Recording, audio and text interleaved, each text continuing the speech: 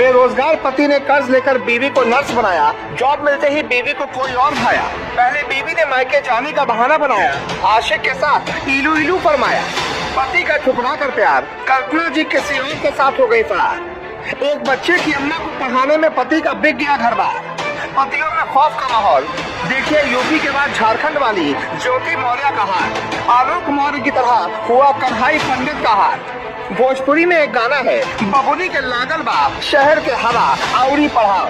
बस इन दिनों शादीशुदा पत्नियों को ऐसी हवा लग गई है कि जिस औसत से बुमराह क्रिकेट में विकेट नहीं ले पाते, उससे ज्यादा तेज औसत पत्नियों के धोखा देने का होता जा रहा है। इस बार मामला यूपी का नहीं है, इस बार मामला है झारखंड का, जहां पति ने अपने सब कुछ झोंककर पत्नी को पढ़ाया लिखाया और नौकरी करने के काबिल बनाया, लेकिन पत्नी जब काबिल हो गई तो उसके दिल में चुपके से कोई और उतर आया। ये मामला उत्तर प्रदेश के लगभग 970 किलोमीटर दूर झारखंड के साहिबगंज जिले का बांजी बाजार का है, जहां पति अपनी पत्नी को कामयाब बनाने के चक्कर में खुद आज बाजार में खड़ा हुआ है। ये दुख भरी और बेवफाई की कहानी कन्हई पंडित की है, जिसकी शादी 14 साल पहले कल्पना नाम की लड़की से हुई थी। लेकिन कल्पना ने हकीकत में ऐसा कुछ कर दिया कि अब अपने पति को किसी और की कल्पना करने तक का नहीं छोड़ा। असल में कन्हई पढ़ा लिखा नहीं है, वो परिवार का पेट पालने के लिए छोटा मोटा काम करके घर का खर्च चलाता है। लेकिन उसकी पत्नी कल्पना पढ़ना चाहती थी। जब उसने अपनी इस बात का जिक्र कन्हई से किया तो उसने कल्पना को जमशेदपुर में रखकर ANM की पढ़ाई करवाई। कन्हई की माने तो उसने अपनी दुलारी प्रियतमा कल्पना को बोरियो कॉलेज में 1-2 साल नहीं बल्कि पूरे 7 फेरों के वचनों की तरफ 7 साल तक पढ़ाया, जिसमें उसके 1.5 लाख से भी ज्यादा रुपए खर्च हुए। यही नहीं, अभी और सुनिए। इसके बाद फिर उसने 2 साल तक पत्नी कल्पना को जमशेदपुर में ANM की ट्रेनिंग भी कराई। यहाँ पर उसके लगभग 2.5 लाख रुपए लग गए।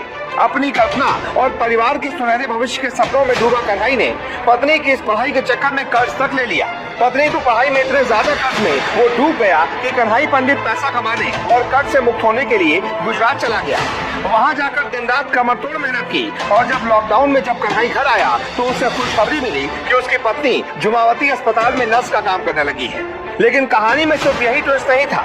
अब कल्पना कन्हई की कल्पना नहीं रह गई थी, उसका व्यवहार बिल्कुल बदल चुका था। बात बात पर लड़ने लगी थी।